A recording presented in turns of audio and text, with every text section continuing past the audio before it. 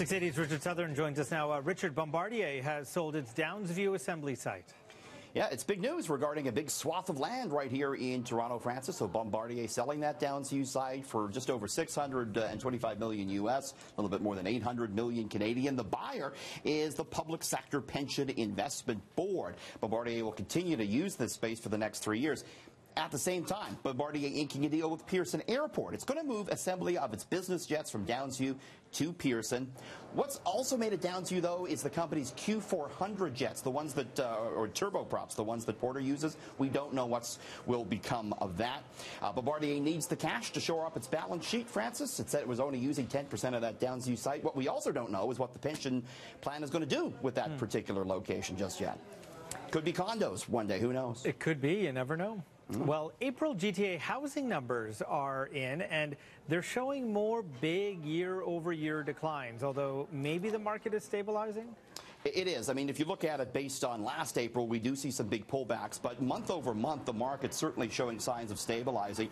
The average price in the GTA in April was $804,000. That was down 12% year on year. Prices in Toronto fell more than 30% year on year, but very little changed when you compare it to the month of March. Toronto Real Estate Board says the month over month changes are a sign that the market could be climbing out of the sluggish period we've seen the last year. Condos, though, they remain hot. The average condo in downtown Toronto now, Francis, above $601,000. That's up almost 4% from last year. Yeah, I guess just it's an affordability thing. That's right. It's all you can afford for many people is a condominium, and they're getting pretty expensive now, too. They are. Okay, you ready to be honest with me, Richard? I always am, you know that. Okay, have you ever taken a nap at work? I'm on the air like every 5 minutes, so it's very difficult for me to take a nap at work. I have slept here one night, though, to be honest with you. Did you really? Yes, because I had a late night shift and then an early morning shift, so I slept on the couch. Yeah, I have to say I've never. It is way too busy here to be able to take a nap. Yeah. So it has never happened here for me. But a large number of employees actually do catch some Z's on the job. I couldn't believe this. Look at this. More than 51% That's of people. crazy. They regularly sleeping at work. Who does it the most? Technology workers. 75% of IT workers admit to regularly taking a nap. Construction, government, financial workers, and educational workers as well. The more money you make, the less you sleep at work. Those that pull in 100 G's or more a year took the least naps. Sleeping on the job has a bad rap. 34% of people that do it say they feel bad when they sleep on the job. It turns out, though, that those who do nap, their studies have found they're more productive workers, and more companies are allowing it. As you say, we really can't do it here. Let's take a look at the city newsroom. I'm sure everyone working away, look at this, hard at work. Nobody has time, I'm sure, to sleep during the news day. Oh, they don't even notice the cameras there, Richard. No, we're about to put on a news show here. Yeah. So surely everyone is hard. Oh. What is this now? This is Talbot. Talbot, wake up. Wake up, Talbot. Come on. He's got to update the website. Talbot. Come on. Unbelievable. Hard to find good help. Someone's tapping him up. Hello. Get him up. Mike? Talbot? Oh, he's out. Hard to find good help these days, I'll tell you. You know what? Let's cut the Talbot time from the show today because I think he's still napping. So okay. He's having a little siesta.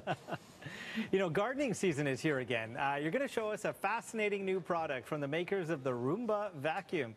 It promises to eliminate one of the worst gardening chores. Yeah, weeding. So this is pretty cool. Look at this. Instead of carpet cleaning this time from the makers of the Roomba, it's this little robot designed to kill your weeds in your garden. It's called the Turtill, 2.5-pound robot. It uses solar energy. It goes around and it finds plants that are small, and it sort of cuts them with a little wire that it has underneath. If there's a plant you don't want it to cut, you could put that little circular object around it, and it'll go around your little seedling.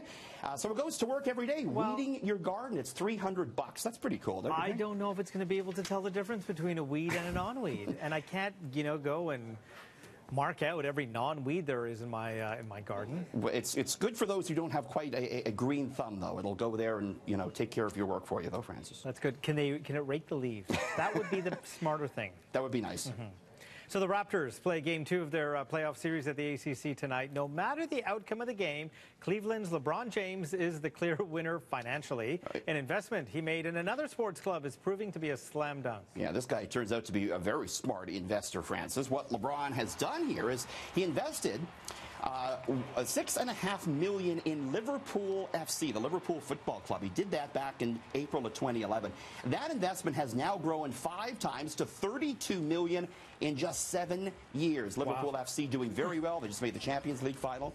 It's not the first time King James has turned a nice profit. Back in 2014, he made a cool $30 million when Beats by Dre was sold to Apple, and he invested $1 million, Francis, into this fast casual pizza chain called Blaze Pizza. That investment now worth $25 million. He himself worth $400 million, making most of that money off the court. Does he take lines? Because I have a shiny $100 bill that I would let him invest for me. He's not going to look at you for $100, I don't think, Francis. I don't think he'll look at me regardless. Unless you get some courtside seats or something. Yeah, really. So there's a campaign underway to get a new emoji approved. It's one that speaks to a big annoyance for many. Yeah, allergies, Francis. So look at that. That's pretty cute. Yeah. Campaign underway, petition underway to try and get this official allergy emoji installed. Its eyes are watering, it's sniffing, got pollen all around it. 40% of Canadians, more than 16 million people, regularly suffer from allergies, and of course people love their little emojis, so we'll see if that one becomes an official one or not. You know what? Including me, and I was sneezing today, and I'm like, do I need to start taking my allergy pills? And I kind of think so. It's that time of year. It is. All right. Thank you, Richard. See you tomorrow. We'll see you.